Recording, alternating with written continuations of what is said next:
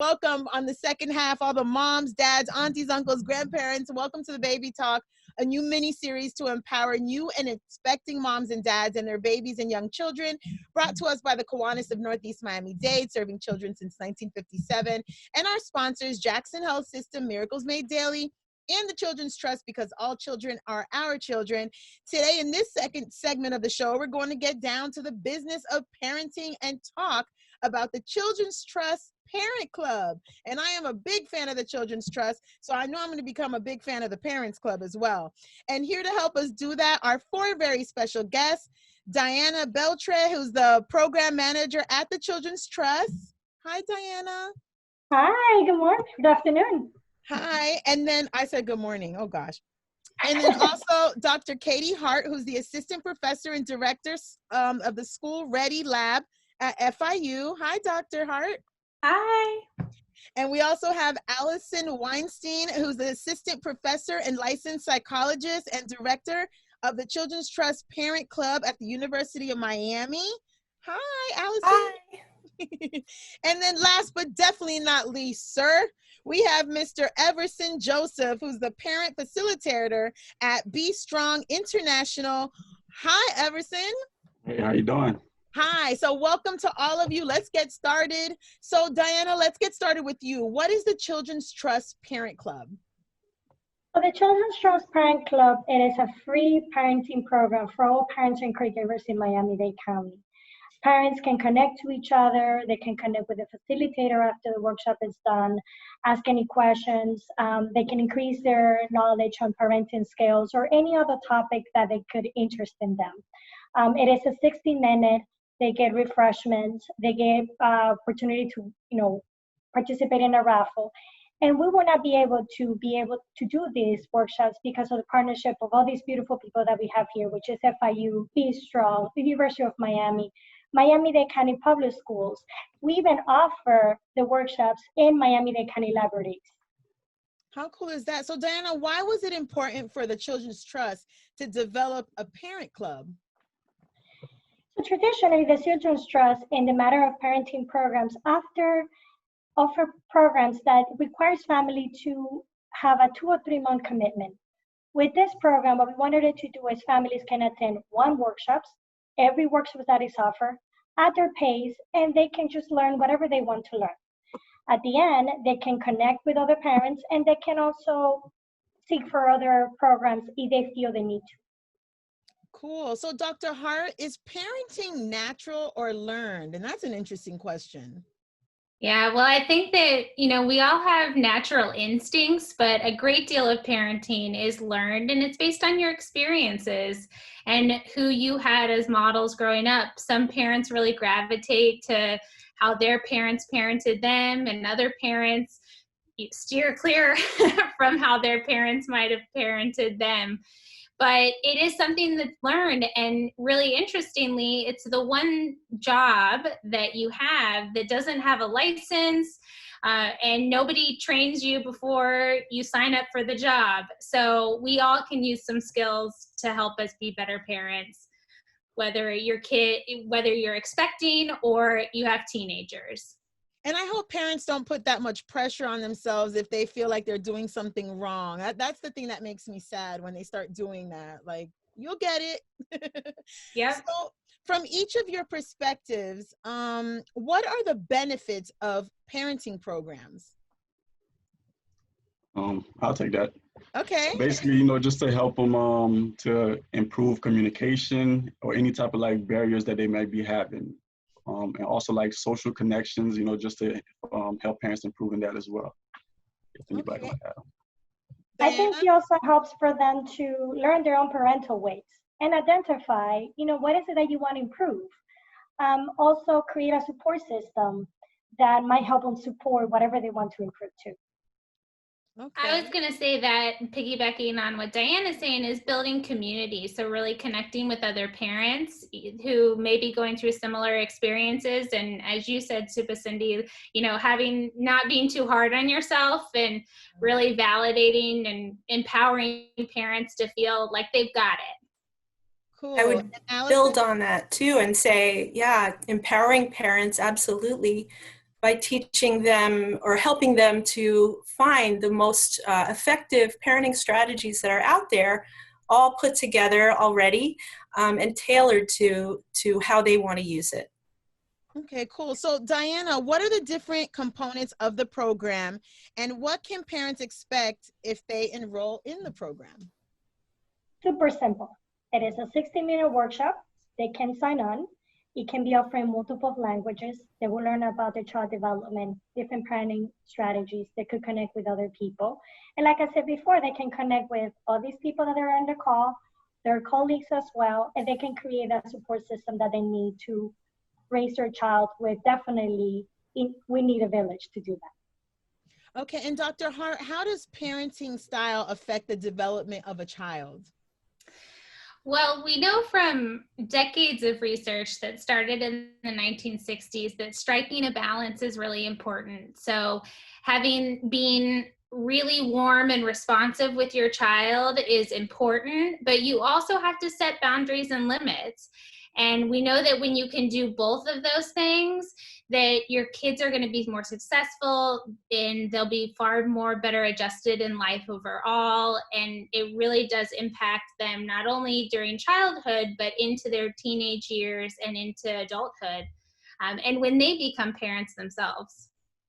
Okay, good. And Dr. Weinstein, what are some psychologically damaging things that parents can unknowingly say to young children?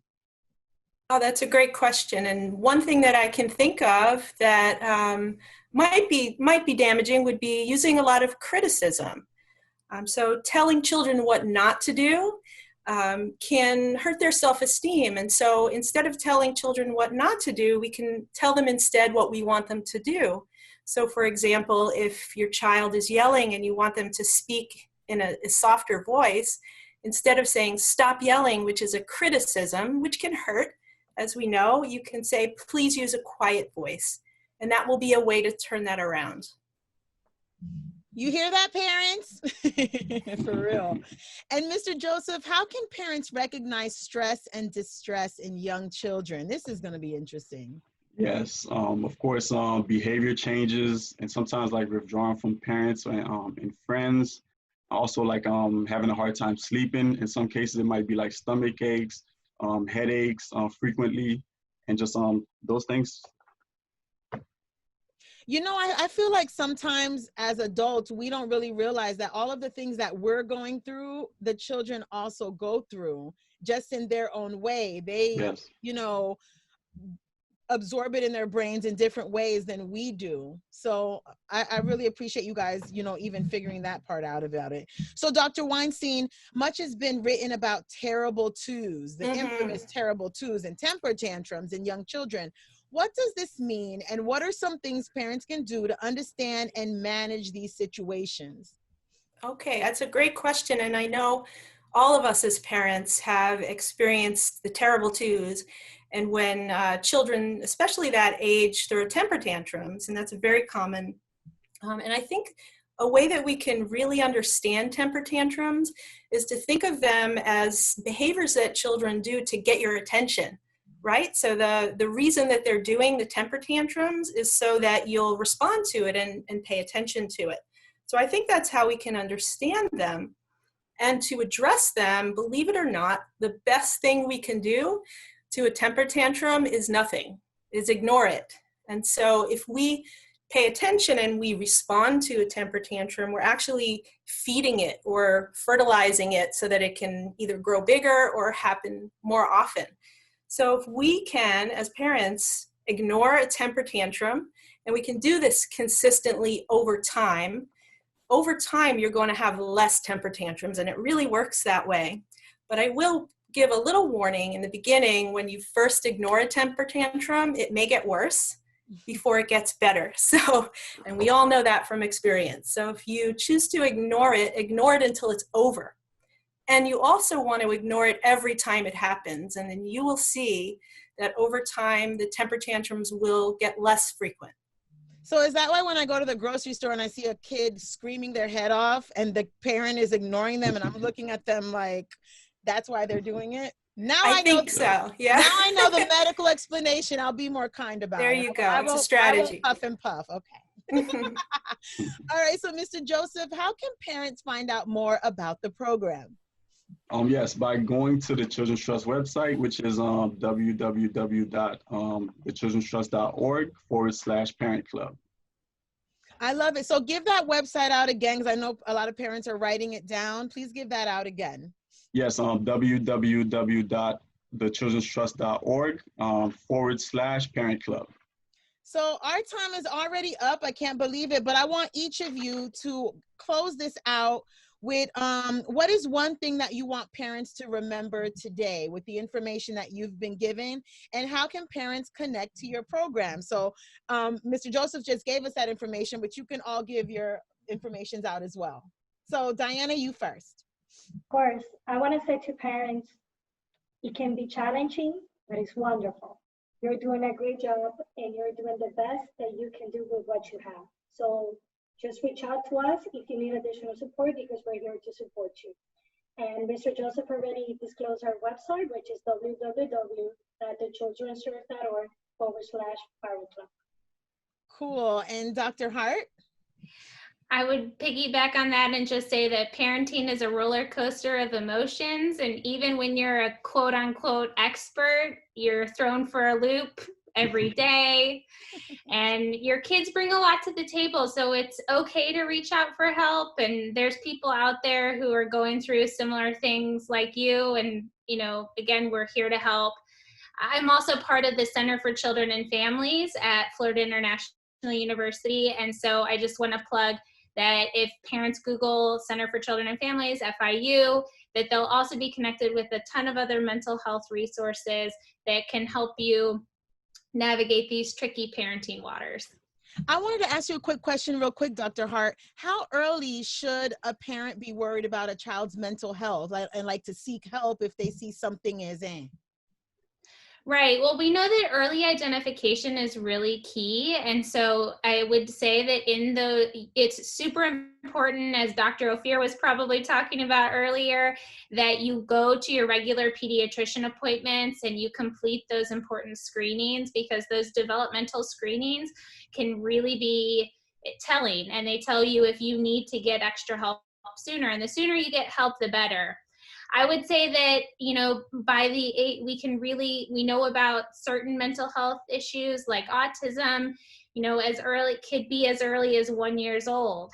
So it's really key that you connect with your pediatricians, or you connect with your community at school or daycare and get that help sooner rather than later. Thank you so much. And Dr. Weinstein? Yeah, I would echo what Dr. Hart said, that early intervention is really the key. And if you have any concerns, it can never hurt to get a screening. And to find out more about how to get screenings and how to get help, you can attend the Parent Club workshops, and we give you a lot of information and resources at those. And if I were to offer parents one thing that they can take away and that they can do, it would be to play with your child every day for 5 to 10 minutes, giving them positive attention. And that's going to make a real difference, particularly right now when we're spending so much time at home with them. So basically we can do the DJ Khaled. You are smart. You are amazing. Yeah. You're God's gift. You're going to be the best. Okay. Awesome. And Mr. Joseph? Yes, well, just to kind of encourage parents to come out to these workshops, you know, as a way to connect with other parents, and also just to learn the tools, making sure that they are empowered and just to be encouraged. And we also offer the workshops also in 3 languages, English, Creole, as well as Spanish. So that's a great opportunity. That's a great chance right there too. Awesome. So I loved speaking to all of you, and that's the time that we have for today, but the show is being extended, so I'm going to explain in a minute. But I want to thank all of you for doing what you do. And I'm not a parent, but I have learned so much in this 4 weeks of the Greatest Baby Shower viral edition. I thought I learned a lot last year in person. This year was amazing. And I want to thank all of you for just helping raise the children of South Florida the way you do. You guys are doing an amazing job, and I give you a high five to that. So thanks to our guests for being here today.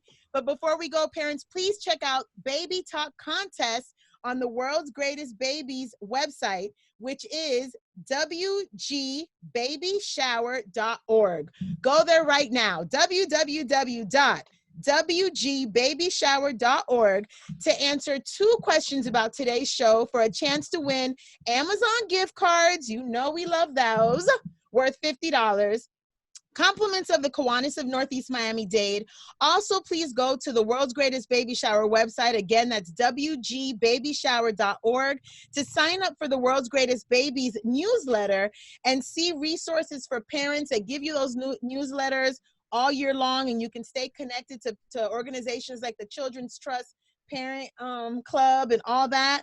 So thank you again to Kiwanis of Northeast Miami-Dade for bringing this show to us, and to our sponsors, Jackson Health System, Miracles Made Daily, and the Children's Trust, because all children are our children.